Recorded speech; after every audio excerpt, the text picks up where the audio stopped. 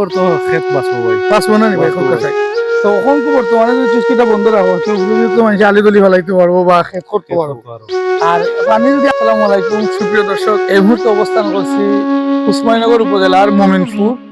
আমরা চুইসকে চেষ্টা করবো চুইসকে। তো আমাদের লোকে আছেন এখন আমার প্রবাসী ভাই, ইউকে প্রবাসী আমার তো ভাই। তো ভাই দেখি ওদিকে মোটরসাইকেল লিয়া যাইরা। তো আমি এদিকে এই একটা ভিডিও করি আপনারা দেখাই।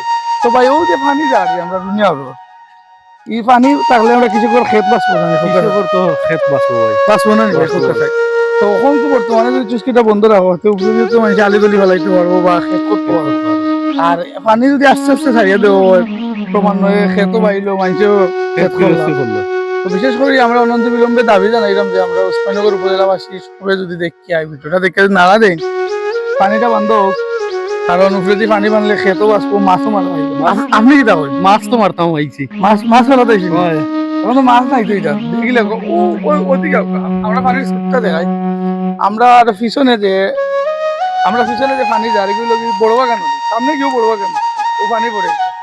আর বড় বাগান নদীতে কিন্তু খুশিয়ারা নদী দেখবো পানি আসলে পানিও কালার মরা, মাছও নাই কিন্তু এবার মাছ আছে নি ভাই? আরো মাছ নাই ভাই। আরো বাজারে তো মিলে না দেশি মাছ।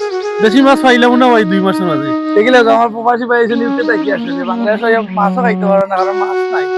তো আজকের এই ভিডিওটা দেওয়ার কারণে লোকে আপনারা দেখতে পারবো আমরা বর্তমানে চুস্কিতে আছি।